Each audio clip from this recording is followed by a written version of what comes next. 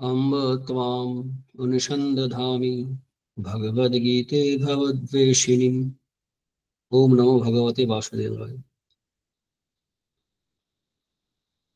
আমাদের অষ্টম অধ্যায় শেষ হয়েছে শ্রীমদ্ ভগবদ গীতার। তো কয়েকটি প্রশ্ন, বিশেষ করে ওই ব্রহ্মার যে কাল পরিমাণ সেটা নিয়ে আলোচনা, কিছু কিছু প্রশ্ন আমার কাছে এসছে। তো সেই কারণে ভাবলাম যে এটা আর একটু যদি সামান্য একটু 2-1 মিনিট আলোচনা করা যায়। যদি বলেছিলাম ক্লাসে যে এটা খুব একটা গুরুত্বপূর্ণ নয়, তবুও যেহেতু সহস্র যুগ ব্রহ্মার একদিন, সেই সহস্র যুগের হিসাবটা কিরকম সেটা জানার জন্য বা সেটা বোঝাবার জন্য আমাদের একটা প্রেজেন্টেশন করা হয়েছে, স্বপন করেছে। আমি বলবো স্বপন ব্রততী ওটা একটু যদি দেখায় স্ক্রিনে, দেখলে অনেকটা পরিষ্কার হবে অনেকের পক্ষে। বারবার সংখ্যাগুলো বলা হচ্ছে, বলতে গেলে সময় ভুল হয়ে যায় দেখেছি। যে দৈববর্ষ মানে একদিন, এখানে কিন্তু একদিন রাত্রি দেবতাদের দিব্যবর্ষ যেটা, আর মানুষের কিন্তু 1 বছর। ঠিক সেইভাবে হিসাবটা করা আছে। সত্যযুগ মানে এক সত্যযুগ মানে 4000 বছর, 4000 দিব্যবর্ষ কিন্তু। তারপর এক ত্রেতা যুগ মানে 3000 দিব্যবর্ষ বা দৈববর্ষ। এক দাপর যুগ মানে 2000, ওইরকম এরকম করে কমতে কমতে আসছে। মানে একের ডবল হচ্ছে দাপর, একের 3 গুণ হচ্ছে ত্রেতা, একের 4 গুণ হচ্ছে সত্যযুগ। এরপরে নিচে একটু একটু উঠাতে হবে, একটু উঠুক উপরে স্লাইডটা। হ্যাঁ হ্যাঁ, ঠিক। এইবার এই যে উষাকাল এবং সন্ধ্যাকাল, এটা হচ্ছে কি ওই যেটা সন্ধ্যাংশ আর যুগ সন্ধ্যাংশ যে বলা ছিল সেইটা আর কি। তো এই কোনো যুগ শুরু হচ্ছে তার শুরুতে উষাকাল ধরা হচ্ছে, এবং সেই যুগ শেষ হচ্ছে যখন যখন সত্য যুগ শুরু হলো, তার একটা স্টার্টিং আছে ওখানে 100। এর ক্ষেত্রে সত্যর ক্ষেত্রে, সত্য যুগের ক্ষেত্রে 400 দিব্যবর্ষ। আর ঠিক তেমনি তার সন্ধ্যাকালও ওই 400 দিব্যবর্ষ। এইটা মিলিয়ে অর্থাৎ 400, 400, 800 আর এই 4000 মিলিয়ে হচ্ছে সত্য যুগের স্প্যান, বিস্তার। ঠিক এরকম ত্রেতা যুগে 300 করে করা হচ্ছে, দাপর যুগে এরকম করা হচ্ছে। এই এই সবটা মিলিয়ে যোগ করলে দেখা যাবে যে উষাকাল, সত্যযুগ, সন্ধ্যাকাল, তারপরে উষা, এর সবগুলোর ক্ষেত্রে যোগ করে দেখা যাবে টোটাল 12 বছর হচ্ছে, 12 বর্ষ। এবার এই 12 বর্ষ, নিচের স্লাইডটা দেখি একটু, নিচের স্লাইডটা। এই হ্যাঁ, ঠিক ঠিক আছে, একদম ঠিক আছে। ব্রহ্ম দিবস মানে হচ্ছে ব্রহ্মার এক দিন, রাত্রি নয় কিন্তু, শুধু দিন। মানে ওই উষা সন্ধ্যা প্লাস 4 যুগ মিলিয়ে যেটা বলছিলাম, ওটা 12,000 দিব্যবর্ষ হচ্ছে। এই 12,000 দিব্যবর্ষে একটা যুগাবর্ত হচ্ছে, অর্থাৎ যুগের আবর্ত, অর্থাৎ 4টে যুগ একবার ঘুরে নিচ্ছে। এরকম 18 বার এই সত্য তেতা দাপরকলি ঘুরলে পরে, ইনক্লুডিং উষা সন্ধ্যা, তবে এক মন্বন্তর হয়। এরকম এক মন্বন্তর মানে মানে যে হচ্ছে 72 যুগ, অর্থাৎ 4 × 18, এটা হচ্ছে এক মন্বন্তর। এরকম 14 মন্বন্তর, অর্থাৎ 14 × 72 করলে হয় 1008 যুগ। এটা কিন্তু দিব্য মানে দিব্যবর্ষ অনুসারে আর কি। এইটা হচ্ছে ব্রহ্মার একটা দিন, শুধুমাত্র দিন, রাত নয়। সেটাই এই গীতা এখানে বলেছিল বলে আমরা আলোচনা করছিলাম, যে সহস্র বলতে এখানে 1008 পাচ্ছি, অর্থাৎ সহস্র ক্রস করে যাচ্ছে। সহস্র যুগ পর্যন্তম অহরয়াত ব্রহ্মণ বিদু, অর্থাৎ ব্রহ্মার, এখানে ব্রহ্মণ মানে ব্রহ্মার হচ্ছে একদিন, একদিন হচ্ছে সহস্র যুগ, এবং রাত্রিও এরকম। এই সবটা আগের দিনের ক্লাসে আলোচনা হয়েছিল, কিন্তু এই স্লাইডটা বা এই পিডিএফটা করার ফলে সুবিধা হবে, এখন সবাই হিসাবটা দেখে নিতে পারবে। তবুও বলি এইটা খুব বেশি গুরুত্বপূর্ণ জিনিস নয়, কারণ যত যাই হোক না কেন এগুলো সৃষ্টির মধ্যেই পড়ে। আমরা এই নবম অধ্যায় দেখবো এই সৃষ্টি ব্যাপারটাই মিথ্যা। আমরা এর পরের নবম অধ্যায় শুরু করব। এখন নবম অধ্যায়ে আমরা শুরু করব, তার আগে আমরা জাস্ট প্রসঙ্গক্রমে এটা আলোচনা করে দিলাম, কারণ অনেকের প্রশ্ন ছিল বলেই। এরপরে আমরা আসছি নবম অধ্যায়ে। আমরা অষ্টম অধ্যায়ে দেখেছি শেষের দিকে ভগবান বলছেন যে বেদেষু যজ্ঞেষু তপস্যু মানে বেদ পাঠ করে বা যজ্ঞ তপস্যার দ্বারা যা লাভ হয়, শুধুমাত্র ভগবানকে পেলে, ভগবান সে পরম ধাম গেলে পরে সে আদ্য মময় হচ্ছে আদ্যাং, অর্থাৎ তার যে স্বরূপ, সেই স্বরূপকে, তার আদ্য যে ভাব অর্থাৎ স্বরূপকে জানলে পরে সবকেই পাওয়া যায়, আরো বেশি পাওয়া যায়, সেটা বলেছেন। কিন্তু অষ্টম অধ্যায়ে আমরা দেখেছি কি, যে সেখানে সাধারণভাবে মধুসূদন সরস্বতী যেটা বলছেন যে ধেয় ব্রহ্মের কথাই বলা হয়েছে, জ্ঞেয় ব্রহ্মের কথা বলা হয়নি। যদিও ওটা অক্ষর ব্রহ্মযোগ, অক্ষরের কথা আছে, নির্গুণ নিরাকার ব্রহ্মের কথা আছে, কিন্তু সেটা সেভাবে হাইলাইট করা হয়নি, সেভাবে বলা হয়নি। কারণ ভগবান নিজেই বলবেন ইদং তুতে গৃহতম, অর্থাৎ এটা কিন্তু, অর্থাৎ এই যে জ্ঞানের কথা আমি বলতে যাচ্ছি, জ্ঞান বিজ্ঞান, সেটা কিন্তু ওই অষ্টম অধ্যায় থেকে একটু আলাদা, একটু আলাদা বলবেন। এই নবম অধ্যায় জ্ঞানী এবং ভক্ত সকলের কাছেই খুবই প্রিয়। কারণ এই মোটামুটি 4 নম্বর থেকে 10 নম্বর পর্যন্ত 7টি শ্লোক পুরো জ্ঞানের কথা আছে, উপনিষদের সার, essence of all the Upanishad এখানে আমরা পাবো। সৃষ্টি স্থিতি এবং ব্রহ্মের যে স্বরূপ, সেই সুন্দরভাবে আলোচনা আমরা এই 7টি শ্লোকে পেয়ে যাব। মানে সে কারণে এখানে জ্ঞানীদেরও খুব প্রিয়। আবার অসাধারণ ভক্তির শ্লোক আছে, অসাধারণ অসাধারণ ভক্তির শ্লোক আছে। যে বিখ্যাত শ্লোকগুলো ভক্তির কোট করি আমরা অনেক সময়তেই, সেগুলো এখানে আছে। সেই যোগেশ্বরম বাহাম্যহম এখানে পাবো আমরা। তারপরে পত্রং পুষ্পং ফলং তয়ং ইয়মে ভক্ত প্রয়চ্ছতি, ভক্তি করে দেয়, এইসব শ্লোকগুলো আমরা এই অধ্যায়ে পাবো। সেখানে জ্ঞানী এবং ভক্ত এই দুজনের কাছে এই অধ্যায়টা খুবই প্রিয়। অধ্যায়ের নামটাও খুব সুন্দর, যে রাজবিদ্যা রাজবিদ্যয়, রাজবিদ্যা রাজগুহ্য, গুহ্য বাংলায় যেটা বলা হয়, রাজবিদ্যা এবং রাজগুহ্য কেন বলা হয় আমরা আসবো আলোচনায়। তো শ্রীকৃষ্ণ এখানে যেটা বলছেন যে ইদং তুতে গুহ্যতমং, প্রথম শ্লোক, ইদম তেতে গুহ্যতমং প্রবক্ষ্যাম্যন সুয়বে জ্ঞানং বিজ্ঞান সহিতং যজ্ঞত্তা মোক্ষস অশুভাৎ। এই যে তু কথা বলার অর্থ এরকম, যে একটি অধ্যায় চলছিল, একটা আলোচনা চলছিল, সেখান থেকে শুরু করছে, কিন্তু কিন্তু এখন যে তোমাকে জ্ঞানের কথা বলবো, সেটা ওই সপ্তম অধ্যায়ে বলেছেন জ্ঞান এবং বিজ্ঞানের কথা, আমরা সপ্তম অধ্যায় মনে আছে, নামই হচ্ছে জ্ঞান বিজ্ঞান যোগ। তো এখানেও সে কথাটাই বলছেন, কিন্তু এখানে একটু বিশেষ করে বলবেন। অর্থাৎ এই যে অধ্যায় যে নাম, সে হচ্ছে রাজবিদ্যা, এমন কি বিদ্যা যা রয়্যাল নলেজ, রয়্যাল সিক্রেট, মানে রাজকীয়, অর্থাৎ বিদ্যার মধ্যে শ্রেষ্ঠ বিদ্যা, এবং গোপনীয় যে তত্ত্ব আছে, পবিত্র যে গোপনীয় তত্ত্বগুলো, তার মধ্যে শ্রেষ্ঠ এটা, এমন কি আছে সেটা ভগবান বলবেন জ্ঞান বিজ্ঞানের সঙ্গে। এবং যা জানলে পরে, যার অনুভূতি হলে পরে জ্ঞান বিজ্ঞান সহিতং যজ্ঞত্তা, যেটা জানলে মোক্ষসে অশুভাৎ, অশুভাৎ মানে হচ্ছে এই সংসারে তো সমস্ত অশুভের মূল এই জন্ম জন্মান্তরের, যেটা আমরা অষ্টম অধ্যায়ে দেখলাম। এখন অষ্টম অধ্যায়ে কি হয়েছে, ধেয় ব্রহ্মের স্বরূপ নির্ণয় করা হয়েছে, কবিং পুরাণ অনুশাসিত আরাম ইত্যাদি আমরা দেখেছি শ্লোকে। তো সেখানে ব্রহ্মের স্বরূপ নিরূপণ করা হয়েছে, কিন্তু সেই ব্রহ্মকে ধ্যান করা হচ্ছে বা ভক্তি করা হচ্ছে, তার দ্বারা দেখেছি আমরা ক্রমমুক্তির পথে দেবযান মার্গে গিয়ে মুক্তি হচ্ছে, সেখানে গিয়ে জ্ঞান লাভ করে আলটিমেটলি মুক্তি হচ্ছে। আমরা দ্বৈতবাদের কথা এখানে বলছি না, সেখানে গিয়ে আলটিমেটলি মুক্তি লাভ হচ্ছে।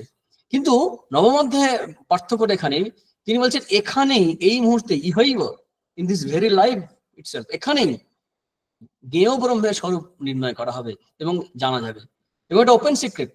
স্বামী বিবেকানন্দের একটা লেকচার আছে, ওপেন সিক্রেট, বাংলাটা আরো কঠিন, সুবিদিত রহস্য, ওপেন সিক্রেট।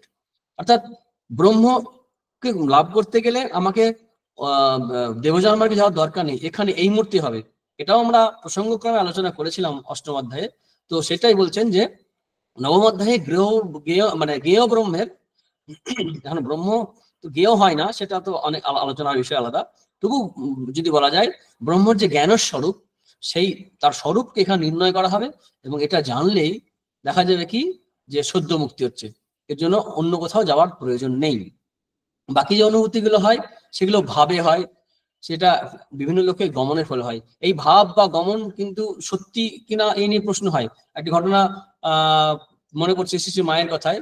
তো স্বামী অরূপানন্দ মহারাজ প্রশ্ন করছেন যে ভাব তো স্বপ্নবৎ, যেমন ভাবতে ভাবতে শেষে তাই স্বপ্ন দেখে। তখন শ্রী মা বলছে হ্যাঁ স্বপ্ন বই কি, স্বপ্নই তো, জগৎই স্বপ্নবৎ। এটাও একটা স্বপ্ন, মানে এই যে জাগ্রত অবস্থা, এটাও একটা স্বপ্ন। তো তখন রাজবাড়ি মহারাজ বলছে না, এতটা স্বপ্ন নয়, তাহলে তো মানে এক পলকেই সেই স্বপ্ন ভেঙে যেত। এটা সেরকম স্বপ্ন নয়, কারণ অনেক জন্ম ধরে চলছে। তো তখন শিষ্য বলছে না, তা হোক, স্বপ্ন ছাড়া আর কিছুই নয়, স্বপ্ন বই আর কিছুই নয়। তারপরে উনি বললেন সেই এক রাজার, শ্রীরামকৃষ্ণের কথাতে এটা আছে, রাজার 8 ছেলের হয়েছিল, তারপরে ঘুম মানে স্বপ্নে ঘুম ভেঙে দেখলো যে আর ছেলে নেই। তো তখন ওই যখন চাষার অ্যাকচুয়ালি সন্তান মারা গেছিল, তখন যখন প্রশ্ন করছে যে তোমার দুঃখ হচ্ছে না, বলছে কোন ছেলের জন্য কাঁদবো, সেই স্বপ্নে দেখা ছেলের জন্য কাঁদবো, 8টি ছেলের জন্য, না এই একটি ছেলের জন্য কাঁদবো। অর্থাৎ গল্পটার মধ্যে বোঝানো হচ্ছে যে এই জগৎ স্বপ্নবৎ। শ্রীরামকৃষ্ণের গল্প, শ্রী মা সেটাকে আবার বললেন। তো এই যে ব্রহ্মের যে স্বরূপ, এই স্বরূপ নিয়ে আলোচনা আমরা নবম অধ্যায়ে পাবো। সত্যি কি এই জগৎ সংসার, ঈশ্বরের যে রূপ, এটা স্বপ্নবৎ না স্বপ্নবৎ নয়, এই আলোচনা হবে। একভাবে দেখাবে যে এই নির্গুণই সগুণ, আবার সগুণই নির্গুণ। যতক্ষণ দেখছি ততক্ষণ মিথ্যা নয়। স্বপ্ন যখন দেখি, স্বপ্ন কি মিথ্যা? না, স্বপ্ন দেখেছি এটা সত্যি, কিন্তু যদি জেগে যখন উঠবো আমরা, তখন দেখবো না স্বপ্ন মিথ্যা। স্বপ্ন দেখিনি, দেখেছি, তাহলে কি মিথ্যাও বলা যায় না, আবার সত্যও বলা যায় না। এই অর্থে মিথ্যা, মায়া। মানে বেদান্তে বলা হয় সদাসদ্ভ্যাম অনির্বাচনীয়, অর্থাৎ সৎ, অর্থাৎ আছে এটা বলা যাবে না, কারণ ঘুম ভাঙলে স্বপ্ন থাকছে না। আবার নেই বলা যাবে না, কারণ যখন স্বপ্ন দেখছি তখন একেবারে খুব সত্য মনে হয় আমাদের, অনুভব করি এটা। সেখানে এটাকে বলা হয় যে অসত নয়, অর্থাৎ সত নয়, অসত নয়। যতক্ষণ দড়িতে সাপ, বিখ্যাত উদাহরণ, যখন দড়িতে সাপ দেখছি, তখন এটা বলা যাবে না যে সাপ নেই, কারণ সাপ দেখছি তো। আবার এটা বলা যাবে না যে সাপ আছে বা ছিল, কারণ যদি আলো আনি বা কোনো যে বাধাগুলো যে কারণে দেখতে পাচ্ছিলাম, যদি ভালোভাবে দেখি, দেখবো এটা দড়ি, সাপ নয়, তো তখন সাপ দেখা যাবে না। ঠিক তেমনি জ্ঞান হলে জগৎটা আলাদা রকম হয়ে যাবে। ঈশ্বরের স্বরূপ নিয়ে একটা সুন্দর তুলসীদাস, এই যে রামচরিতমানস লিখেছেন, তুলসীদাসের সুন্দর কথা আছে। এক মনু মহারাজ, মনু একবার ভগবানকে বলছেন যে তোমার স্বরূপ জানতে চাই, তোমার রূপ কি, রূপে তুমি দেখা দাও, কি তোমার রূপ। তখন ভগবান বলছেন আমার নিজস্ব কোনো রূপ নেই, ভক্ত যেভাবে যে রূপে আমাকে চাই, আমি সেখানে সেভাবে সেই রূপে ধরা দিই। তো মনু জানতেন যে শিব নিরাকার নির্গুণ রূপে চিন্তা ভাবনা করে তার হৃদয়ে, তার মনে। আর কাকভূষুণ্ডী তিনি তো সগুণ সাকারের চিন্তা ভাবনা করেন। তখন বললেন যে প্রভু, আপনি সেই রূপে আমাকে দেখা দিন যে রূপে ধান করেন শিব এবং যে রূপে ধান করেন কাকভূষুণ্ডী। তো তখন ভগবানও বুদ্ধিমান, মানে বলছে আর কি। তো তিনি করলেন কি, নীল বর্ণ, বর্ণনা আছে যাচ্ছি না ওখানে, নীল বর্ণ রূপ ধরে ভগবান সেই ভক্তের সামনে, মনুর সামনে হাজির হলেন। নীল বর্ণের তাৎপর্যটা কি? শ্রীরামকৃষ্ণের কথামৃতে আছে, সমুদ্রের জল দূর থেকে নীল দেখায়, কাছে গিয়ে তুলে দেখলে দেখা যায় কোনো রং নাই। আকাশ যেমন নীল দেখায়, কিন্তু কাছে গিয়ে যতই উপরে যায় না কেন, কোনো রঙই নেই, কিছুই খুঁজে পাওয়া যায় না। তো ঠিক সেরকম ভগবানের এই যে বিশ্ব জগৎ সংসার রচনা এত সুন্দর, সব আছে, যত ক্লোজ, যত কাছে যাব, আস্তে আস্তে আস্তে আস্তে তার ঐশ্বর্য কমতে থাকবে, আস্তে আস্তে আস্তে ঐশ্বর্য কমতে থাকবে। শ্রীরামকৃষ্ণের কথাই বলছি, বর্ণনা আছে যে প্রথমে দশভুজা দেখে, তারপর দ্বিভুজ, তারপর আস্তে আস্তে বালগোপাল মূর্তি, আস্তে আস্তে শুধু জ্যোতি দেখে, এরকম করে আর কিছু দেখতে পায় না, নিজের স্বরূপে লীন হয়ে যায়। তো এই যে শ্রী মা যে বলেছিলেন যে স্বপ্নবৎ, তখন এটা অনুভব হয়, তার আগে কিন্তু খুব খুব ভীষণভাবে সত্য। যতক্ষণ আমি বুদ্ধি আছে, অহংকার আছে, আমাদের এই স্বপ্ন ভাঙেনি, ততক্ষণ পর্যন্ত খুবই সত্য। সুতরাং এই জগৎটা খুবই সত্য। কতখানি সত্য? স্বপ্ন দেখাকালীন স্বপ্ন যতখানি সত্য, ঠিক ততখানি সত্য। এই স্বরূপের কথাই ভগবান এই দু তিনটে শ্লোকের পরে বলবেন যে ঈশ্বরের স্বরূপ কি, ঈশ্বরের সৃষ্টি কি, এই আলোচনাগুলো হবে। এবং এটা সেই কারণে রাজবিদ্যা বলা হয়েছে, কারণ এই বিদ্যা সমস্ত বিদ্যার মধ্যে একেবারে মানে কি বলা যায়, মানে শ্রেষ্ঠ বিদ্যা, পরম জ্ঞান। এই জ্ঞান বা এই বিদ্যা লাভ করলে পরে আর কোনো কিছুরই মানে প্রয়োজন হবে না, দরকারই হবে না। সমস্ত বিদ্যার মধ্যে সার, একদম সারভূত। জগৎ সংসারের যে আমাদের যে ধারণা আছে জগৎ সংসার সম্বন্ধে, বা এমনি কি হয়, এমনি সাধারণভাবে কি হয়, এমনি যে বিদ্যা আমরা অর্জন করি, সেই বিদ্যার দ্বারা দেখা যাবে কি আমাদের কিছু কিছু প্রয়োজন মিটছে, অভাব মিটছে, অজ্ঞান মিটছে, কিন্তু সামগ্রিক রূপে এই জগৎ সংসারের যে অজ্ঞানতা, সেটা দূর হচ্ছে না। কিন্তু একমাত্র এই ব্রহ্মবিদ্যার দ্বারা, এই আত্মজ্ঞান বা ব্রহ্মের জ্ঞানের দ্বারাই একমাত্র সমস্ত অজ্ঞান নিবৃত্তি হচ্ছে, যেখানে বিদ্যার মধ্যে শ্রেষ্ঠ বিদ্যা। অন্যান্য বিদ্যার দ্বারা কি হয়, সামান্য বা আংশিক আমাদের অভাব মেটে বা জ্ঞান হয়, কিন্তু ব্রহ্মবিদ্যা গোটা জগৎ সংসারটাই আমাদের কাছে আর এক রূপে দেখা যায়, জগৎ আর এক রূপে দেখা যায়। জ্ঞান বাড়ার সঙ্গে সঙ্গে আমাদের সেই অনুভূতিগুলো হতে থাকে। এখানে সকল বিদ্যার রাজা ব্রহ্মবিদ্যা, সেটা এই অধ্যায়ে ভগবান বলবেন আমাদের সামনে। এখন কথা হচ্ছে যে কাকে বলছেন,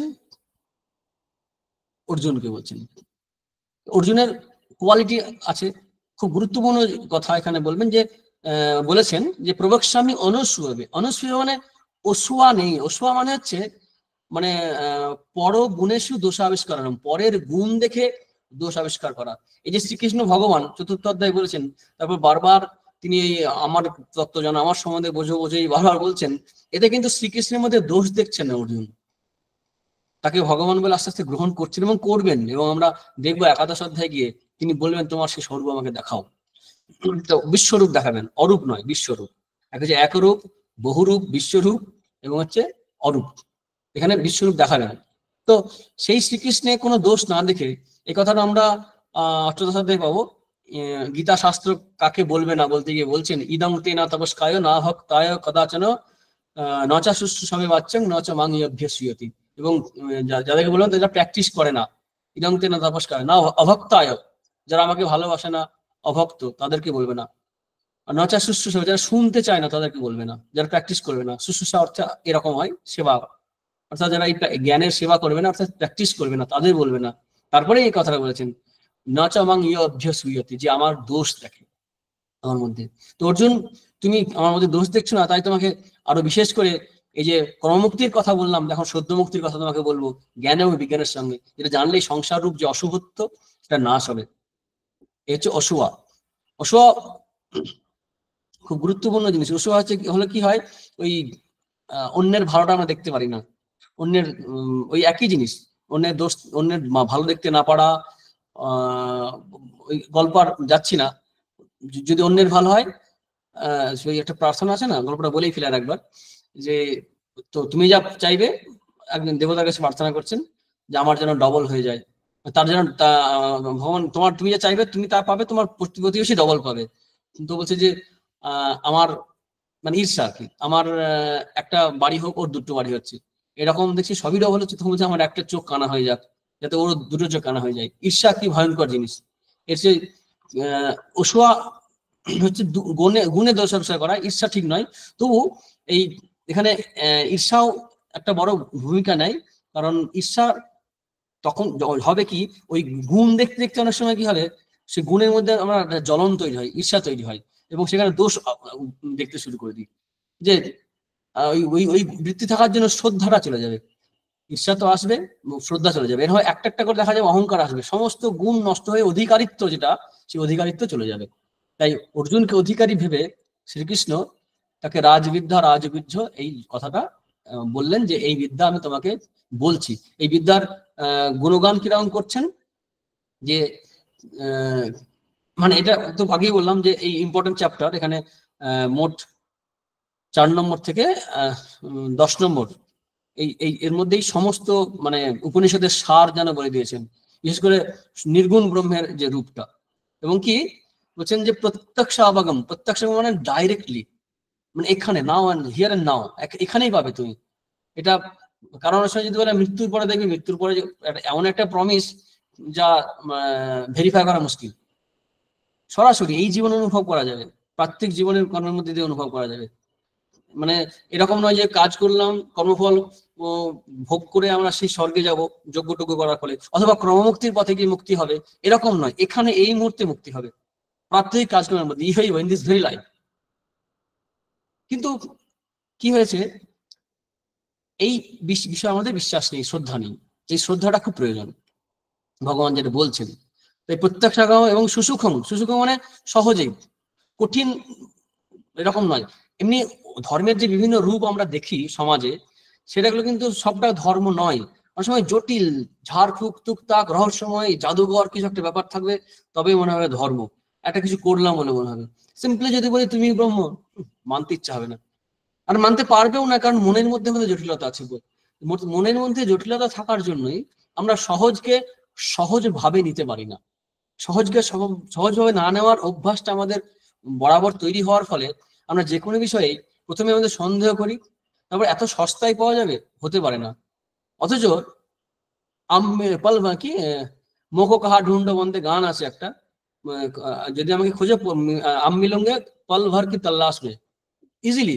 কারণ এটাই ওপেন সিক্রেট, যেটা স্বামীজি বলছেন, এটাই যে ভগবান সর্বত্র সর্বব্যাপী সব জায়গায় আছেন, এটা একদম ওপেন।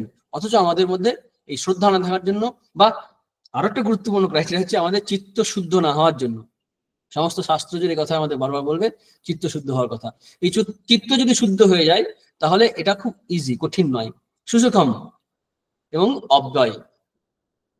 অব্যয় মানে হচ্ছে অক্ষয় ফলপ্রদ, অক্ষয় ফলপ্রদ, অর্থাৎ এটা নাশ হবে না। অন্যান্য ক্ষেত্রে কি হয়, নাশ হয়ে যেতে পারে ফল। আর এই যে পবিত্র, পবিত্র এই কারণেই পবিত্র, পবিত্রম কারণ অন্যান্য প্রায়শ্চিত্ত প্রভৃতি কর্মের দ্বারা কি হবে, আমাদের যে পাপ করেছে একটু হয়তো সেই পাপটা, পার্টিকুলার পাপটা দূর করবে। এই কারণে সমগ্র জীবনটাকেই পবিত্র করে দেবে। এই যদি ব্রহ্ম অবগামী চিত্ত যদি হয়, ব্রহ্মের দিকে বা ঈশ্বরের দিকে যদি মন দেওয়া যায়, সম্পূর্ণরূপে চিত্ত শুদ্ধি করে দেবে। ঈশ্বর চিন্তায় সবচেয়ে বেশি চিত্ত শুদ্ধি করে। গঙ্গা স্নান, ভগবানের নাম, গঙ্গা স্নান বা অন্যান্য যে সমস্ত কর্মের দ্বারা আমরা মনকে শুদ্ধ করতে চাই, তার চেয়ে সবচেয়ে বেশি চিত্ত শুদ্ধ হয় ভগবানের চিন্তায়, ভগবানের অনুসন্ধানে, আন্তরিক অনুসন্ধানে, হৃদয় মন যদি ভগবানের সমর্পণ করা যায়। এদিক থেকে ব্রহ্মের যে স্বরূপ, সেই চর্চাও আমাদের মনকে শুদ্ধ করবে। এবং আত্মজ্ঞান হলে তো এই জগৎ সংসার, বহু জন্ম সঞ্চিত যে ধর্মাধর্ম, সেগুলো নাশ হয়ে যায়, পাপ পুণ্যের যে বোঝা আছে সেটা নাশ হয়ে যায়। তাই এটা পবিত্রম। আর পরলোকের ভোগের ব্যাপার নেই, মানে এখানেই পাওয়া যাবে। তারপরে কি হচ্ছে ধর্মম। ধর্মম কথাটা আমরা আগেও পেয়েছি। তো ধর্মম মানে হচ্ছে যা ধর্মসঙ্গত, মোরাল, এথিক্যাল।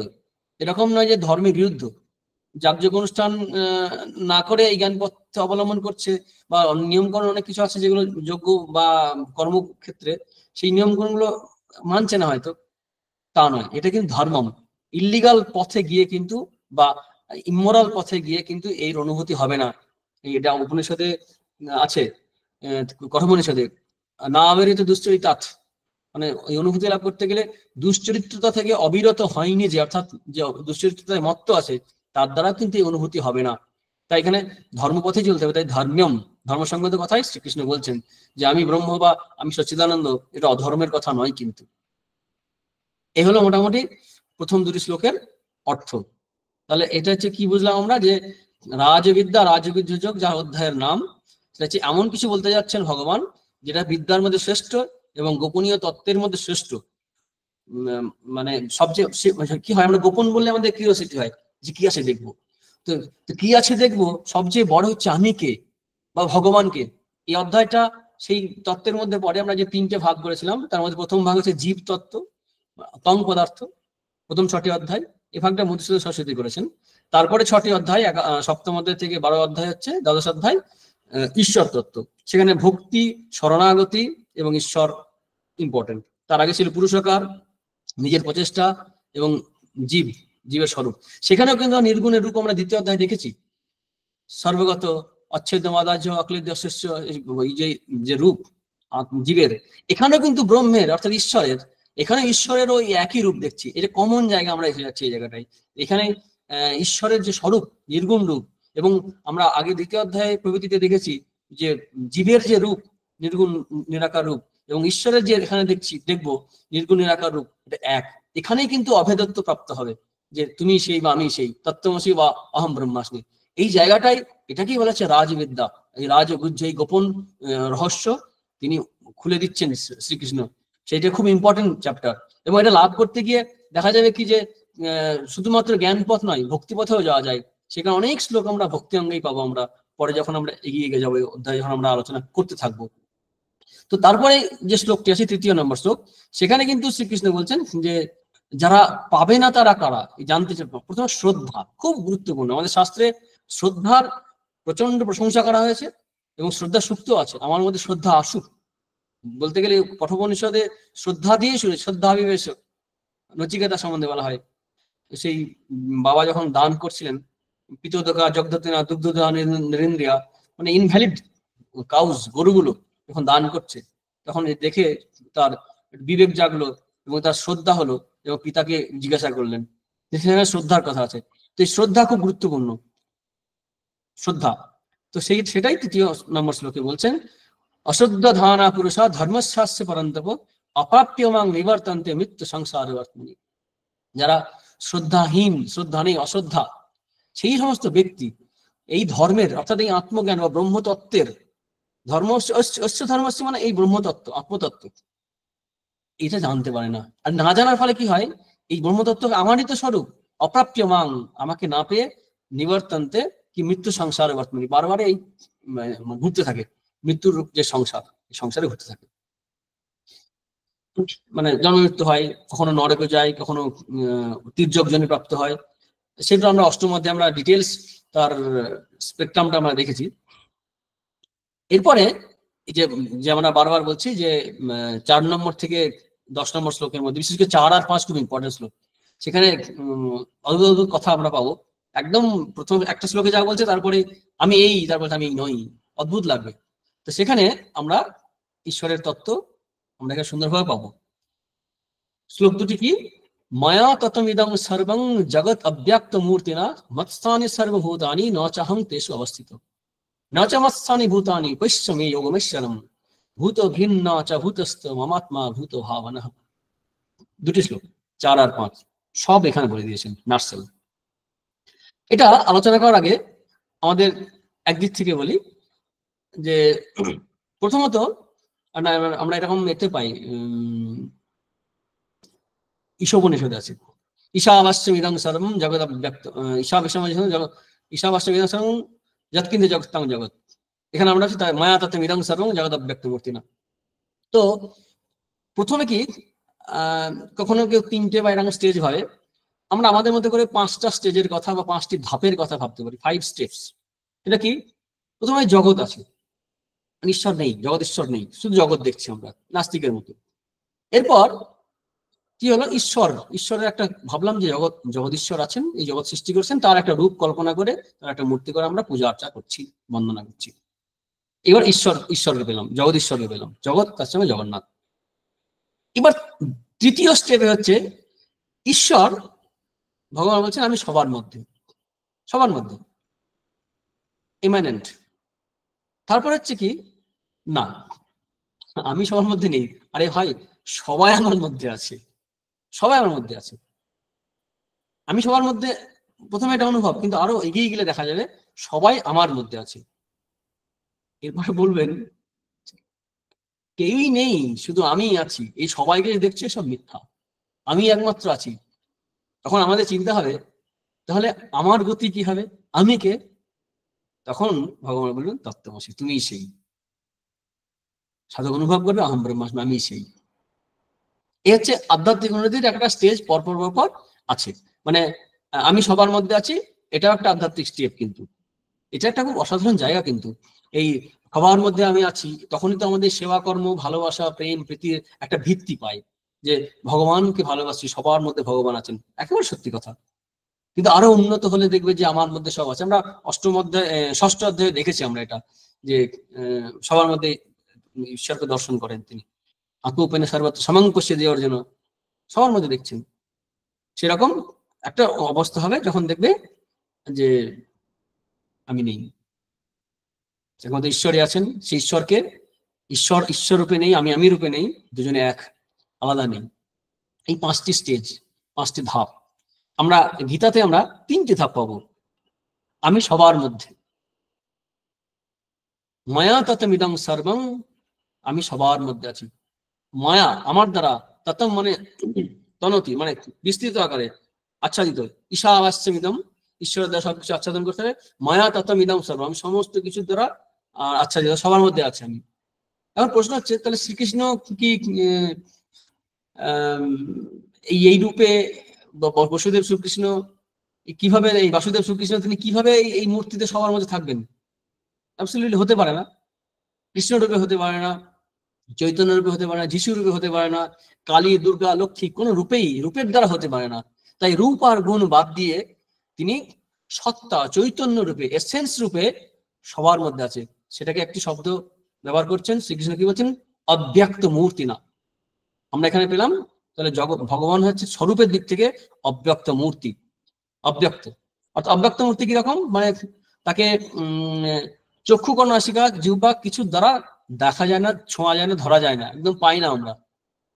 অশব্দমস্পর্শম, কঠোপনিষদে আছে, অশব্দমস্পর্শম রূপম অব্যয়ম তথা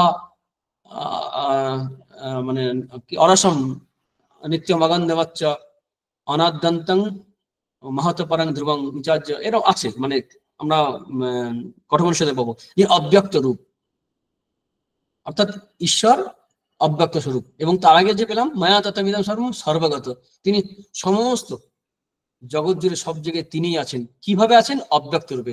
দুটি বৈশিষ্ট্য পেলাম এখানে, অব্যক্ত এবং সর্বগত। এটা আমরা পেয়ে গেলাম এই এই শ্লোক প্রথম চতুর্থ শ্লোকের প্রথম লাইনের দুটি বৈশিষ্ট্য পেয়ে গেলাম, মায়া তত্ত্ববিদম সর্বম জগৎ অব্যক্ত মূর্তি না। তারপরে বলছেন মৎস্যানি সর্বভূতানি, বলছে আমার মধ্যে সমস্ত জীব সর্বভূতানি, কিন্তু আমি তাদের মধ্যে নেই। ন চহং তেষু অবস্থিত, আমি তাদের মধ্যে অবস্থিত নেই, তারা বরং আমার মধ্যে অবস্থিত আছে। আমি আধার, তারা আধেয়।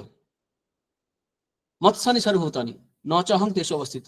এখানে আমরা ওইটা পেলাম যে জগৎ হচ্ছে কি, জগতের অধিষ্ঠান হচ্ছেন এই জগদীশ্বর ভগবান স্বয়ং, জগৎ অধিষ্ঠান, সাবস্টারনার অফ দ্য ওয়ার্ল্ড, ক্রিয়েশন। আর কি, আমি তাদের সঙ্গে যুক্ত হচ্ছি না, মানে অসঙ্গ, আমি আমি তাদের সঙ্গে লিপ্ত হচ্ছি না। ন চ অহং তেষু অবস্থিত। এরপরে আসল বোমাটা ফাটাচ্ছেন, মানে ভয়ঙ্কর বিস্ফোরণ হচ্ছে, বমসেল। ন চ মৎস্যানি ভূতানি পশ্চিমে জগমেশ্বরম, ন চ মৎস্যানি ভূতানি। প্রথমে জাস্ট তার পরের লাইনে, এমন নয় যে ভুলে যাবো, অনেক অধ্যায় আগে করেছে, অনেক ক্লাসের আগে হয়েছে, যে প্রথমে তাদের লাইনে কি ছিল? মৎস্যানি সর্বভূতানি, সমস্ত জীব আমার মধ্যে আছে। তারপরের লাইনটাই বলছে ন চ মৎস্যানি ভূতানি, মৎস্যানি সর্বভূতানি। তার পরের লাইনেই দ্বিতীয় শ্লোকের প্রথম, মানে চতুর্থ শ্লোকের শেষ লাইন, শেষ পংক্তি, আর পঞ্চম শ্লোকের প্রথম পংক্তি, পরেই আছে ন চ মৎস্যানি ভূতানি। কারণ কি? পরে বলেছেন পশ্চিমে যোগমেশ্বরম, আমার এই যে অঘটন ঘটন চাতুর্য, মহামায়ার ক্ষেত্রে বলে অঘটন ঘটন পড়িয়েছি মায়া। আমার যে এই অঘটন ঘটন যে চাতুর্য, সেই চাতুর্যের জন্য তুমি দেখবে আলটিমেটলি, আরো কাছে এসে দেখো শ্রীরামকৃষ্ণের যে উদাহরণ আছে, হাতে নিয়ে জল তুলে দেখবে জলের কোনো রং নাই। তুমি ভগবানের যত কাছে যাবে আস্তে আস্তে ঐশ্বর্য কমবে, আমি তুমি ভেদ কমে যাবে, চলে যাবে একটা সময়, চলে গিয়ে সেই এক হয়ে যাবে। গোপীদেরই অবস্থা হয়েছিল, ভক্তদের চূড়ান্ত অবস্থা এটা হয়, সাযুজ্য প্রাপ্তি হয়। অনেক সময় সাধকেরা ফিলোসফিক্যালি স্বীকার করে না, কিন্তু বাস্তবে এটা হয়ে যায়। এটা হচ্ছে অদ্বৈত ভাবের শেষ কথা। আমরা এই অধ্যায় দেখবো যে যেমন শ্রীরামকৃষ্ণ বলতেন অদ্বৈত জ্ঞান আঁচলে বেঁধে যা ইচ্ছা তাই করো, ঠিক সেরকম প্রথমেই এই নবম অধ্যায়ে ভগবান অদ্বৈত তত্ত্ব বলে দিলেন, এরপর ভক্তি তত্ত্ব বলবেন, যে কোথায় আমরা মিলবো, আমাদের কোথায় মেল, কোথায় একত্ব, আমরা বিশ্ব ব্রহ্মাণ্ডের সঙ্গে কোথায় এক, স্বরূপে আবার কি? স্বরূপ বলছেন ন চ মৎস্যানি ভূতানি পশ্চিমে যোগমেশ্বরম। এটা একটা উদাহরণ দিয়ে বলা যেতে পারে, যে পাঁচটা স্টেজের কথা বলছিলাম, কিরকম? দূর থেকে দেখছি একটা মালা গলায় আছে, হাতে একটা আংটি, দূর থেকে দেখছি, আংটি আর মালা দেখছি, অর্থাৎ জগৎ দেখছি। তারপর কাছে গিয়ে দেখলাম না, এটা স্বর্ণ অলংকার। অলংকার কি? সোনা আছে। যেমন জগদীশ্বরকে পেলাম, তারপর জগৎ মানে ভগবানকে পাচ্ছি, এবং তার সঙ্গে ভগবানের জগৎ পাচ্ছি। এবং যে সোনার অলংকার, স্বর্ণ অলংকার, অর্থাৎ মালা এবং যে মালা বলছি, আংটিয়া যেটা বলছিলাম, তো এই মালা বলা যায় তো স্বর্ণ নির্মিত, অর্থাৎ সোনা দিয়ে তৈরি। তারপর স্টেজ হচ্ছে কি, যে এই সোনা সবের মধ্যে আছে, আংটির মধ্যে আছে, সমস্ত জুড়ে আছে, ওই যে আমরা ঈশ্বর সবার মধ্যে আছে। তারপর এক স্টেজ হচ্ছে কি, যে আচ্ছা আংটি মধ্যে সোনা আছে না সোনার মধ্যে আংটি আছে, কানের দুলের মধ্যে সোনা আছে না সোনার মধ্যে কানের দুল আছে, বা গলার মালা আছে, কোনটা আছে?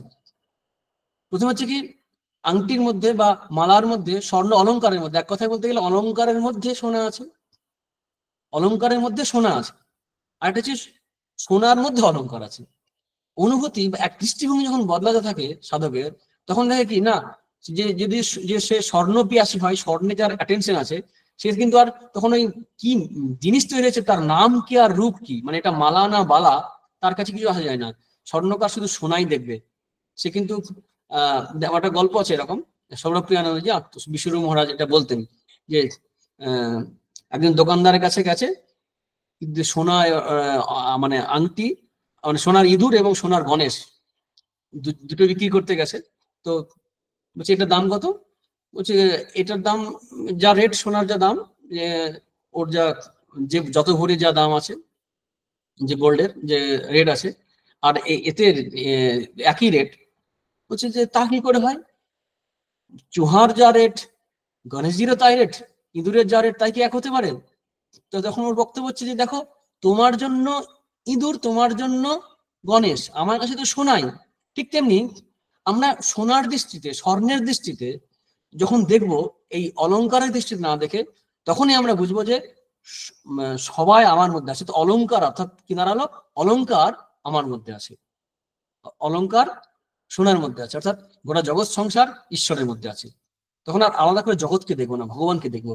অনুভূতির আর একটা পর্যায়ে, শেষ পর্যায়ে গিয়ে দেখবো আলাদা করে কিছু নেই। সত্যি করে যদি নাম রূপকে বাদ দিই, খুব ডিপলি যদি ভাবি, সোনাই দেখবো আমরা, অলংকার দেখতে পাবো না। কিন্তু জাস্ট আমাদের যেহেতু চক্ষু গণ নাসিকা জিহ্বা ত্বক এই পঞ্চ ইন্দ্রিয় দিয়ে দেখছি বলে আমরা এই শেপ দেখতে পাচ্ছি এবং তার একটা নাম দিচ্ছি।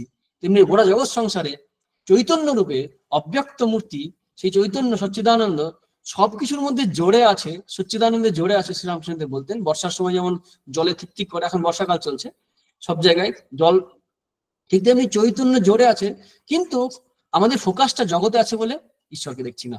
যেমন আমরা সিনেমা চলে, যখন আগে ছিল সিনেমা হলে, যেমন সিনেমা দেখতে গিয়ে প্রথমে সাদা একটা পর্দা থাকে, ওই স্ক্রিনে কখনো রক্ত গুলিগালা চলছে, তখন কি হচ্ছে, রক্ত মিশে যাচ্ছে। কিন্তু যদি হাফ টাইমের সময় যখন বেরোনো হয়, দেখা যাবে গুলির রক্তের দাগ কি আছে, বা সিনেমা শেষের পরে স্ক্রিনের মধ্যে কোনো গুলির দাগ নেই, কিছুই নেই।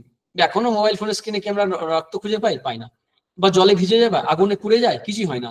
কারণ ওইটার আশ্রয় করে সবকিছু হচ্ছে, কিন্তু নিঃসঙ্গ, মানে অসঙ্গ, আসক্ত নয়। ওকে আশ্রয় করে সব হচ্ছে বটে, কিন্তু কোনো কিছুই তাতে বর্তাচ্ছে না, কোনো কিছুতে লিপ্ত হচ্ছে না। অথচ এটা না থাকলে হবে না। এটা একটা দিক থেকে একটা উদাহরণ। এরপরে 5 নম্বরে যে সেকেন্ড পার্ট, দ্বিতীয় যে অংশ শ্লোকের, সেটা বলছেন কি, ভূতভৃৎ ন চ ভূতস্থ মমাত্মা ভূত ভাবন। আমি ভূতভৃৎ, অর্থাৎ ভূতভৃৎ মানে হচ্ছে আমি সৃষ্টি, মানে স্থিতি ভরণ করেন, উপাদান কারণ রূপে তিনি ভরণ করছেন, ভূতভৃৎ।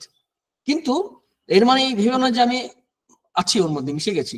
ভূতস্থ, আমি ভূতস্থ নয়। যেমন থাকে না পাত্রস্থ, পাত্রের মধ্যে, এমন নেই যে ভগবান ঢুকে বসে আছেন। ভগবান আছেন, কিরকম ভাবে আছেন? বলা হয় যে চৈতন্য রূপে, সাক্ষী রূপে বিরাজ করছেন। যেমন করে সূর্য জগৎ সংসারকে প্রকাশ করে, সূর্য জগৎকে প্রকাশ করার জন্য উঠছে এমন নয়, বা আছে এমন নয়, কিন্তু সূর্যের প্রকাশ স্বভাব, তাতে আমরা জগৎকে দেখতে পাচ্ছি। তেমনি ঈশ্বরের উপস্থিতি চৈতন্য সত্তাতে এই জীব আছে। ওই রজ্জুতে সর্পভ্রম উদাহরণ দেওয়া হয়, বিখ্যাত উদাহরণ, যে ওই আসল যে তত্ত্ব সেটা কিন্তু সত্য, অর্থাৎ যে শাস্ত্রটাম, যে ভগবান সচ্চিদানন্দ যে যে অধিষ্ঠান, সে অধিষ্ঠানটা সত্য, তাতে এই জগৎ সংসার বিচিত্র রূপে দেখা দিচ্ছে। মায়ার জন্য ওই পশ্চিমে যোগমাশ্রম, এটাই আমার অদ্ভুত মায়া। এই বিশ্ব জগৎ সংসার দেখা যাচ্ছে, এটা হচ্ছে মায়া। এখন এই মায়ার কোনো প্রয়োজন আছে এমন নয়, খেলা, খেলিছে বিশ্বলে বিরাট শিষ্য আন, মানে খেলা তার। এটা ব্রহ্মসূত্রে আছে, লোকবত্ত লীলাকেই বললাম। যেমন আমরা যে দৈনন্দিন জীবন দেখি, বাচ্চা ছেলেরা খেলা করে লোকে, মানে সমাজে, সেরকম তার খেলা কোনো কারণ নেই। কারণ তার কোনো অভাব নেই যে তিনি কোনো কিছু পাওয়ার জন্য কিছু করবেন। আপনও খেয়ালে, মানে নিজের খেয়ালে তিনি করছেন, কোনো কারণ নেই। যেমন সাংখ্যকারিকে বলা হয় যে সৃষ্টির কারণ কি বলা হয়েছে, যে ভোগ এবং অপবর্গের জন্য, ভুক্তি এবং মুক্তির জন্য। ভক্তি না, কিন্তু ভুক্তি এবং মুক্তির জন্য। এখানে ভুক্তি মুক্তির প্রসঙ্গ নেই। কারণ স্বরূপত কেউ বদ্ধও নয়, কেউ মুক্তও নয়। ইত্যেষা পরমার্থতা, পরমার্থ তো না সাধক না বদ্ধ কেউ নেই, সবাই আমরা মুক্ত আছি। মুক্ত হওয়ার চেষ্টাটাও এই মায়ার মধ্যে হচ্ছে, আমি বদ্ধ ভাবছি এটাও মায়ার মধ্যে হচ্ছে। হায়েস্ট তত্ত্ব আমরা মান্ডুক্য কারিকায় পাই। তো বলছেন কি সেই অর্থে আমি ভূতস্থ নই, কিন্তু আর এক অর্থে আমি ভূতস্থ। কিন্তু বলছেন এখানে শ্রীকৃষ্ণ ডিক্লেয়ার করছেন, ঘোষণা করছেন যে আমি হচ্ছে ভূতভৃত স্থিতি কারণ, ভূত ভাবনা অর্থাৎ আমার থেকে ভূত সৃষ্টি, জীব সকল বা জগৎ সংসার উৎপত্তি হচ্ছে ভূত ভাবনা। পরে বলবেন, পরে শ্লোকে আলোচনা করবেন কিভাবে তুমি হচ্ছে এই জগৎ সংসার। ভূতভৃত ন চ ভূতস্থ মমাত্মা ভূত ভাবনা। এই হচ্ছে আমরা এই 4 এবং 5 নম্বর শ্লোকের আলোচনায় দেখতে পেলাম যে জগৎ সংসার কিভাবে ভগবানে আছেন, আবার ভগবান আছেন অথচ জগৎ সংসার নেই। অর্থাৎ সগুণ আবার নির্গুণ দুটো রূপে এখানে আমরা পেয়ে যাচ্ছি। এই সগুণ রূপ আলটিমেটলি অনুভূতি স্তরে একটা গিয়ে পাওয়া যাবে না, নির্গুণ নিরাকার রূপ। একবার একজন প্রশ্ন করেছিল, আকবরমচারী আমার প্রশ্ন করেছিলেন যে আচ্ছা তাহলে সাধন ভোজনের পর কি ভগবান থাকবেন না? চিন্তার কারণ নেই, কারণ তখন তো সাধকও থাকবে না, সাধক রূপে সাধক থাকবে না, তো একাকার হয়ে যাবে। তো শ্রীরামকৃষ্ণদেব মা কালী তার ইষ্ট দেবী, তাকে অদ্বৈত উপলব্ধি করার জন্য জ্ঞান খর্গকে অসি রূপে কল্পনা করে দ্বিখণ্ডিত করেছিলেন, তারপর আত্মজ্ঞান লাভ করেছিলেন। কিন্তু লাভ করে শেষ হয়ে গেলেন না, আবার ফিরে এসে সেই মায়ের সঙ্গে বিলাস করেছেন, মায়ের সঙ্গে কথোপকথন করেছেন, থেকেছেন শেষ পর্যন্ত। অর্থাৎ এই অনেক সময় হয় কি এই জ্ঞান চর্চা করতে গিয়ে ভক্তির হানি হবে মনে করার সময় জ্ঞানের দিকে আমরা এগোই না। কিন্তু জ্ঞান চর্চা করলে আরো ভালো করে বোঝা যাবে যে ভগবান আমার আরো কত নিকটে। সবচেয়ে নিকট বলতে গিয়ে একটা শব্দ ব্যবহার করা হয়, তুমি আমি এক। সবচেয়ে নিকট মিলন কি হয়, কাছে আসলে তুমি মিলন হয় না একত্র বুদ্ধিতে, আরো বেশি আপন হয়। ঠিক তেমনি আপন বলতে গিয়ে সবচেয়ে আপন করা শব্দ হচ্ছে অভেদ। আমি সেই এই শেষ সঙ্গে বা তার সঙ্গে আমার অভেদ বোঝানোর সবচেয়ে নৈকট্য বোঝানো যায়। কিন্তু ভক্ত সাধারণত চাই না, সে তার পৃথক অস্তিত্ব বজায় রাখতে চায়। চিনি হতে চায় না, চিনি খেতে ভালোবাসি গান আছে, আমি চিনি হতে ভালোবাসি চিনি খেতে নয়, এরকম ধরনের মোটামুটি কাছাকাছি এরকম একটা গান আছে। তো তো ঈশ্বর তিনি নির্গুণ নিরাকার, আবার তিনি নির্গুণ সাকার, আবার তিনি সগুণ সাকার। এই সগুণ সাকার রূপেই তাকে আমরা ধরতে ছুটতে পারি। ঈশ্বরের সব রূপটা বলে দিলেন। কিন্তু এই জগৎ সংসার, এই মায়া মিথ্যা। কোন অর্থে মিথ্যা?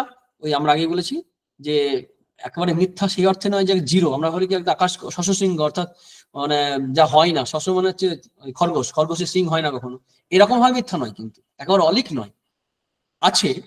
যতক্ষণ আছে ততক্ষণ পর্যন্ত আমার দেহবোধ আছে, জগৎ সংসার ততক্ষণ পর্যন্ত আছে। যখন আত্মজ্ঞান লাভ হবে তখন জগৎ সংসার থাকবে না, আমিও থাকবো না, আলাদা করে ঈশ্বর থাকবে না, অভেদ বুদ্ধি হবে। সে হনুমানের যে কথা আছে, দেহ বুদ্ধি যখন থাকে তখন তুমি প্রভু আমি দাস, যখন আত্মবুদ্ধি হয়, এই যখন জীববুদ্ধি হয় তখন তুমি পূর্ণ আমি অংশ, আর যখন আত্মবুদ্ধি হয় তখন তুমি আমি এক, অভেদ বুদ্ধি হয়। তার আগে পর্যন্ত সাধকের বিভিন্ন পর্যায়ে যায়। এইখানে 4 এবং 5 নম্বর শ্লোকে শ্রীকৃষ্ণ এই যে রাজবিদ্যা সেটা প্রকাশ করলেন। এইটা হচ্ছে এই বিদ্যা। ভয় পাওয়ার কারণ নেই, জগৎ সংসার নেই মানে তো আমি কোথায় যাব, তুমি সেই তত্ত্বমসি। এই কথাটা শ্রীকৃষ্ণ 4 এবং 5 নম্বর শ্লোকে বললেন, যা essence of all the Upanishad. সেই কারণে আমরা শুরুতে বলছিলাম যে জ্ঞানীরও খুব প্রিয় এই অধ্যায়টা, ভক্তেরও খুব প্রিয়। পরে দেখবো ভক্তির কথাও প্রচুর আছে। তো এর পরে যে শ্লোক আছে সেখানে হচ্ছে ওই উদাহরণটা দিচ্ছেন, যথাকাশ, এটা উদাহরণ দিয়ে বোঝাচ্ছেন এটাকে। যথাকাশ স্থিত নিত্যং বায়ু সর্বত্র গমহান তথা সর্বাণি ভূতানি মৎসানিত্যুপধারয়। যেমন আকাশের উদাহরণটা খুব টানে আর কি, এই বেদান্তে বিভিন্ন জায়গায় বিভিন্ন সময় আকাশকে উদাহরণ হিসেবে টানা হয়, কারণ আকাশ অনেক বেশি সর্বব্যাপী।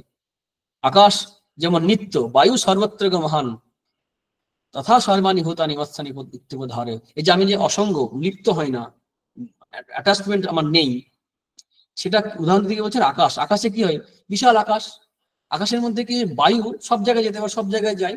সেই বায়ুতে যদি সুগন্ধ থাকে, সুগন্ধ বায়ুতে থাকছে, আবার দুর্গন্ধও থাকছে, কিন্তু আকাশ নির্লিপ্ত। এমনকি বলা হয় বায়ু নির্লিপ্ত, কিন্তু আকাশ আরো বেশি নির্লিপ্ত, কারণ আকাশের সঙ্গে তার কোনো সম্পর্কই থাকে না। আকাশ একদম, আকাশের উপস্থিতি সবকিছু হচ্ছে, আকাশ থাকাতেই সব হচ্ছে, কিন্তু তার দ্বারা অ্যাটাচমেন্ট আসছে না। ঠিক ভগবান বলছেন ঠিক সেই রকম মৎস্থানি বলছে সমস্ত ভূত, সমস্ত জীবকে এইভাবে ভাবো যে এর দ্বারা আমি কোনো কিছুর দ্বারা অ্যাটাচমেন্ট নেই। অর্থাৎ এর জন্য আমি যে জগৎ সৃষ্টি বা স্থিতি হচ্ছে আমার উপস্থিতিতে হচ্ছে, আমি আমাতে কিন্তু লিপ্ত হচ্ছে না কোনোভাবেই। তারপরে 7 নম্বরে বলছেন সর্বভূতানি কন্তে প্রকৃতিং ইয়ান্তি মামিকাম কল্পক্ষয় পুনস্তানি কল্পাদৌ বিসৃজাম্যহম। সমস্ত ভূত সমস্ত জীবকে যে প্রকৃতি আমার যে মায়া, সর্বভূতানি প্রকৃতিং ইয়ান্তি মামিকাম, আমার যে প্রকৃতি আমার যে মায়া সে তাতেই প্রলয় প্রাপ্ত হয়, সেখানে চলে যায়। আমরা সেই ব্রহ্মার আমরা অষ্টমাদে লিখেছি যে ব্রহ্মার নিদ্রাকালে সমস্ত ভূত এবং যখন মহাপ্রলয় হয় তখন একেবারে অব্যক্ত ফিরে যায়, একদম প্রকৃতিতে লীন হয়ে যায় সবকিছু। আবার কল্প ক্ষয় হলে ওই যে ব্রহ্মার যে একটা কল্প, সেই কল্প ক্ষয় হলে আবার সৃষ্টি করে।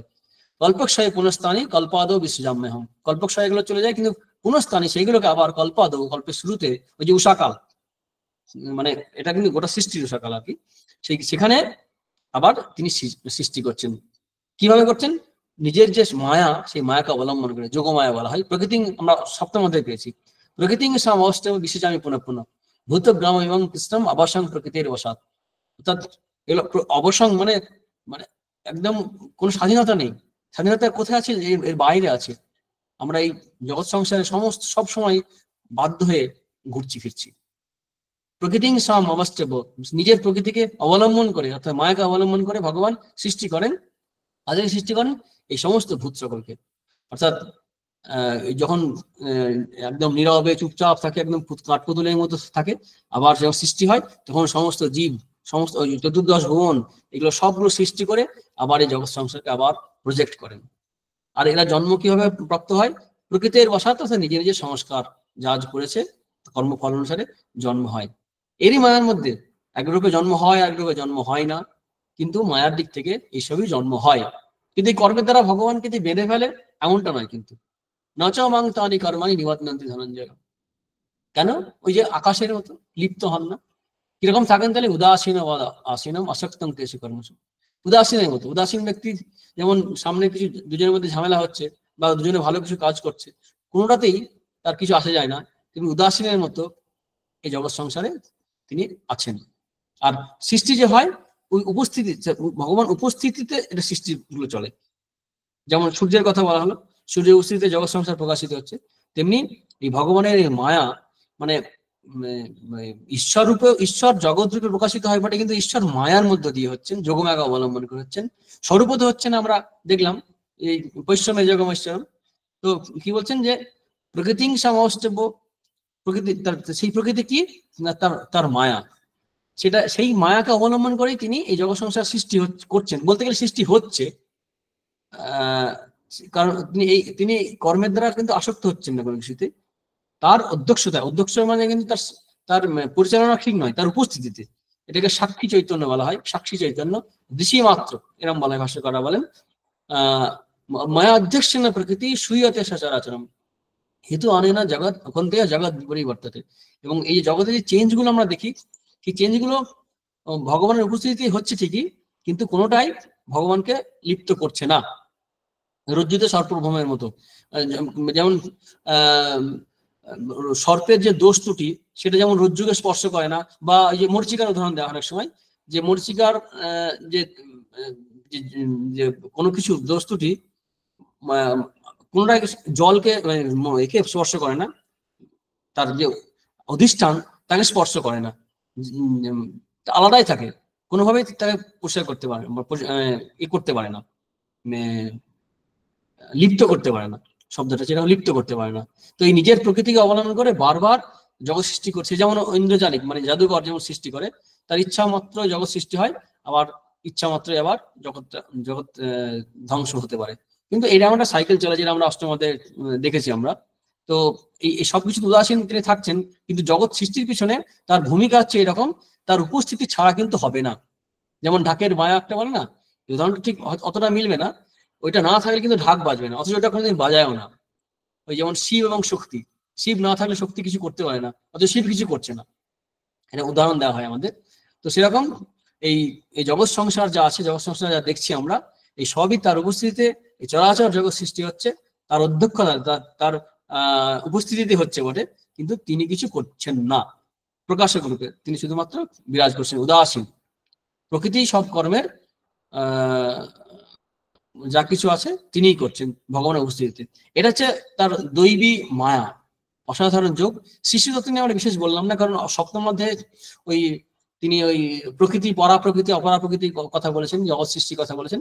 সেই কারণে আমরা সংক্ষেপে আমরা সৃষ্টিতত্ত্ব একটু আলোচনা করে নিলাম, যে এবং অষ্টম অধ্যায়ে আমরা পেয়েছি যে কল্প ক্ষয় হয়ে আবার জগৎ সৃষ্টি হয়। আর এই সৃষ্টিতে তার উপস্থিতিতে হয় মহামায়ার মাধ্যমে হচ্ছে, যোগমায়ার মাধ্যমে হচ্ছে। মায়ের দেখছেন প্রকৃতি সুয়তে সচরাচর জগৎ সংসার চর অচর সবকিছু তৈরি হচ্ছে, কিন্তু আলটিমেটলি দেখা যাবে কি এই জগৎ সংসার থাকছে না। এই মোটামুটি মানে 4 এবং 5 খুব ইম্পর্টেন্ট শ্লোক। 10 নম্বর শ্লোক পর্যন্ত আমরা মোটামুটি আলোচনা করলাম। যদি একটু জটিল মনে হতে পারে, কিন্তু এগুলো আমরা দ্বিতীয় অধ্যায়ে আলোচনা করতে করতে কিছু করেছিলাম। একই কথা, এটা হচ্ছে তখন ছিল জীবের দৃষ্টিতে, এখন হচ্ছে ঈশ্বরের দৃষ্টিতে, ভগবানের দৃষ্টিতে, যে তিনি কিরকম নির্গুণ নিরাকার, আগে ছিল জীব কিরকম নির্গুণ নিরাকার, স্বরূপে দুজনেই এক। জীবের ক্ষেত্রে সৃষ্টি স্থিতি করার ব্যাপার নেই, এখানে সৃষ্টি স্থিতি প্রলয় করছেন, সেই ভাবনাটা আছে ভগবান সম্বন্ধে। তাই সেখানে সৃষ্টি তত্ত্ব এখানে আলোচনা করে দিয়েছেন, যে তিনি ভূতভৃৎ, তিনি সৃষ্টি স্থিতি প্রলয়কর্তা। যেমন আমরা উপনিষদে পাই, তৈত্তিরীয় উপনিষদে যত বা ইমানি ভূতেনে ব্রহ্ম তদ বিজিজ্ঞাস্য ইতি বলা হয়, যেখান থেকে ভূতের উৎপত্তি হয়, স্থিতি হয় এবং লয়প্রাপ্ত হয়, তাই হচ্ছে ব্রহ্ম। এখানে ভগবানও ওই অধিষ্ঠান রূপে বিরাজ করছেন, যারকে আশ্রয় করে এই জগৎ সংসারে এই মায়া এবং সৃষ্টি স্থিতি প্রলয় চলছে। এর মধ্যেই মোটামুটি 10 নম্বর শ্লোকের মধ্যেই ভগবান তার রাজগুহ্য রাজ বিদ্যা যেটা আছে সেটা পরিষ্কার করে বলে দিলেন। এরপর আরো ডিটেলসে যাবেন, ভক্তি অঙ্গের আলোচনা বেশি করে আছে। আজ এখানে থাকলে কি 8:12 হয়ে গেছে। তো আজকে আমরা নবম অধ্যায়ে অর্থাৎ রাজবিদ্যা রাজগুহ্য যোগ সম্পর্কে আলোচনা করেন মহারাজ। তো আলোচনা অবসরে মহারাজ কতকগুলো জিনিস স্পর্শ করে গেলেন, যেমন এইটুকু সময়ের মধ্যে মহারাজ ঈশোপনিষদ, কঠোপনিষদ এমনকি বিভিন্ন গল্পের মাধ্যমে, উদাহরণের মাধ্যমে আমাদেরকে সহজভাবে বোঝানোর চেষ্টা করলেন, এবং আমরা খুব আপ্লুত মহারাজের এত সুন্দর গীতার সমুদ্রের ব্যাখ্যা শুনে। এবং এবার আমরা কারো কোনো প্রশ্ন থাকলে একটু দেখে নেবো। কারো কোনো প্রশ্ন থাকলে নিঃসংকোচে মহারাজের কাছে করতে পারেন।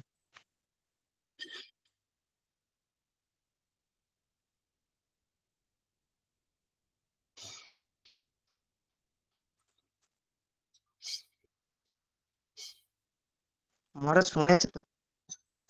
হ্যাঁ, শোনা যাচ্ছে, শুনতে পাচ্ছি। মহারাজ সময় আছে তো? হ্যাঁ, সময় আছে, সময় আছে। আজ একটু দেরি হলে অসুবিধা হবে না।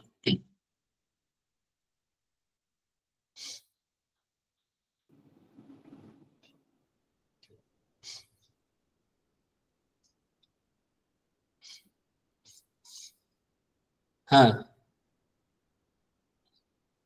কেউ কেউ লিঙ্ক পাচ্ছে না মনে হচ্ছে নাকি ইন্টারনেটে। কারো কোনো প্রশ্ন থাকলে মহারাজের কাছে নিঃসংকোচে করতে পারেন।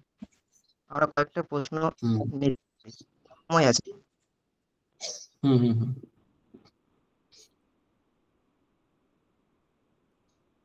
হ্যাঁ, নেটওয়ার্কের ডিস্টার্বের জন্য অসুবিধা হচ্ছে একটু। সেটা বলছিলাম, মুখটা দেখে আমি আবার দেখছি নেটওয়ার্ক পাওয়া যাচ্ছে না। হ্যাঁ মহারাজ, ওই 4 নম্বর শ্লোকের যে শেষে অংশটা পড়লাম, আমরা শুনলাম আজকে, মত্থানি সর্বভূতানি ন চাহং তেষু অবস্থিতঃ। অর্থাৎ ঈশ্বর সবার মধ্যে আছেন, কিন্তু আমরা সবাই ঈশ্বরের মধ্যে আছি, কিন্তু ঈশ্বর আমাদের মধ্যে নেই। মত্থানি সর্বভূতানি মানে ঈশ্বরের মধ্যে সবাই আছে, মত্থানি মানে আমার মধ্যে আছে, এটা বলছে। হ্যাঁ হ্যাঁ হ্যাঁ, ঈশ্বরের মধ্যে সবাই আছেন, কিন্তু আমরা আমি তাদের মধ্যে নেই, আমি তাদের মধ্যে নেই।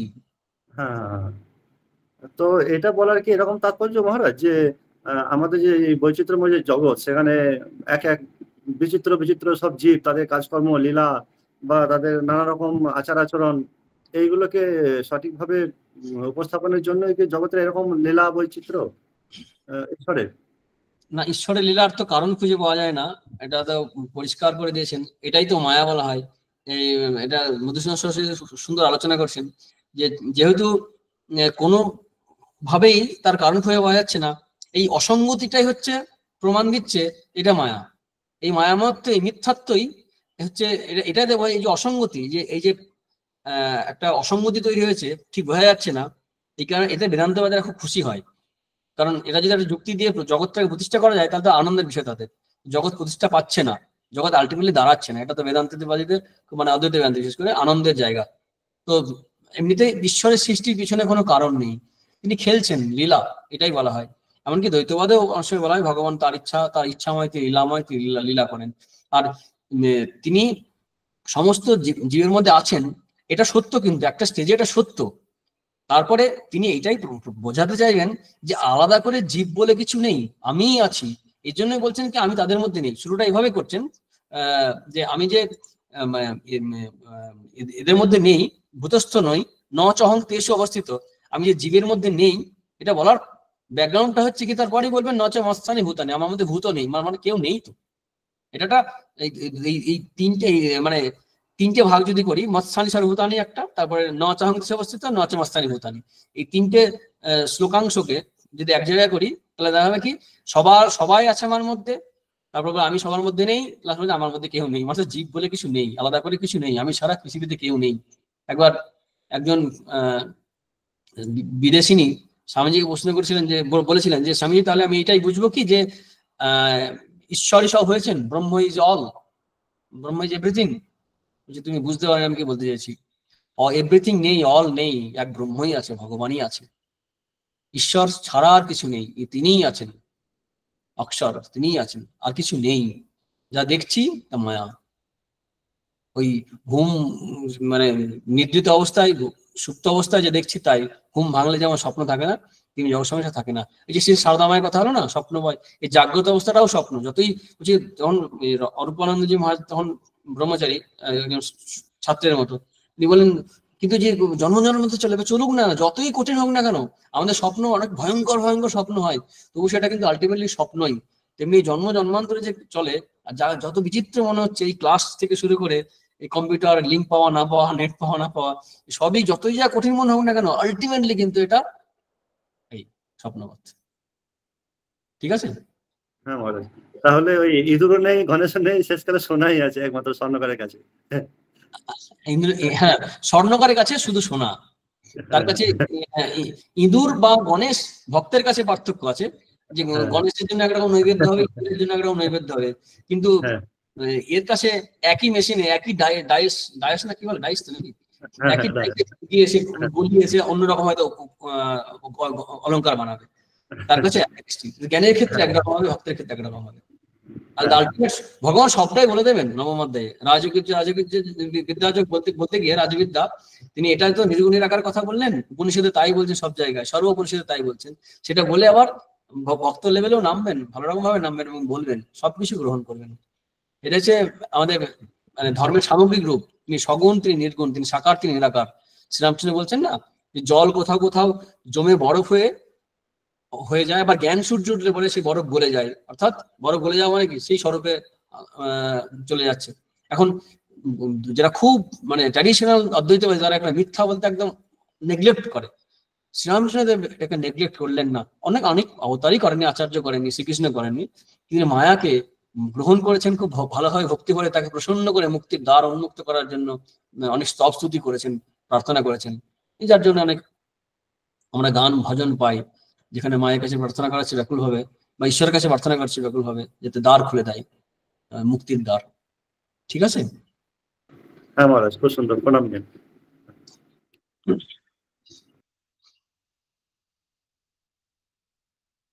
ধ্রুব, আর কেউ আছে? আর কারো কিছু প্রশ্ন আছে কিছু?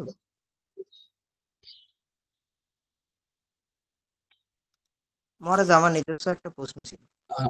হ্যাঁ বলো। হ্যাঁ, এই যে আপনি কথা প্রসঙ্গে আজকে বলছিলেন যে রামকৃষ্ণদেব এক জায়গায় বলেছিলেন যে অদ্বৈত জ্ঞান আঁচলে বেঁধে যা কিছু কর। আমরা যখন অদ্বৈত জ্ঞানকে ধারণ করছি, ভাবটা একদম ক্ষীণ হচ্ছে। তো এই যে তোমার ভিডিওটা অফ করো,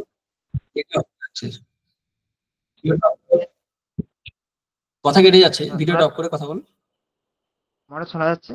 হ্যাঁ বল, হ্যাঁ শোনা যাচ্ছে। হ্যাঁ মহারাজ, বলছি অদ্বৈত জ্ঞান আঁচলে বেঁধে যা কিছু কর, এই যে কথাটা আমি এখনই তো আপনার কাছে, তো এখানে যে অদ্বৈত জ্ঞানকে যখন আমরা ধারণ করছি তখন তো আমাদের ভক্তি ভাবটা চলে যাচ্ছে, তখন ভক্তিটাকে তখন কিভাবে টিকিয়ে রাখা যায়? হ্যাঁ, এখন হচ্ছে কি, এটা থিওরিটিক্যাল নিয়ে প্র্যাকটিক্যাল করার চেষ্টা, সেটা একটা ব্যাখ্যা দেয়, আর নানান রকম নানান ব্যাখ্যা দেয় ঠাকুরের শ্রীরামকৃষ্ণের কথাটা। এখন ভক্তি কিন্তু যাবে না। আমি উদাহরণ এই আজকের ক্লাসে আলোচনা করছিলাম, মনে আছে হয়তো, যে শ্রীরামকৃষ্ণদেব মাকে দ্বিখণ্ডিত করে অদ্বৈত উপলব্ধি করলেন, কিন্তু ফিরে এসে আবার কিন্তু সেই মা করছেন, মায়ের সঙ্গে কথা বলছেন, আবার হরিনাম করছেন, আবার মায়ের নাম করছেন, এগুলো কিন্তু আমরা পাই। এবং ভাগবতের সুন্দর একটা শ্লোক আছে, আত্মারামশ্চ মুনয় নির্গন্থ্যপ্যুরুক্রমে কুর্বন্তি অহেতু ভক্তি ইত্থম ভূত গুণহরি।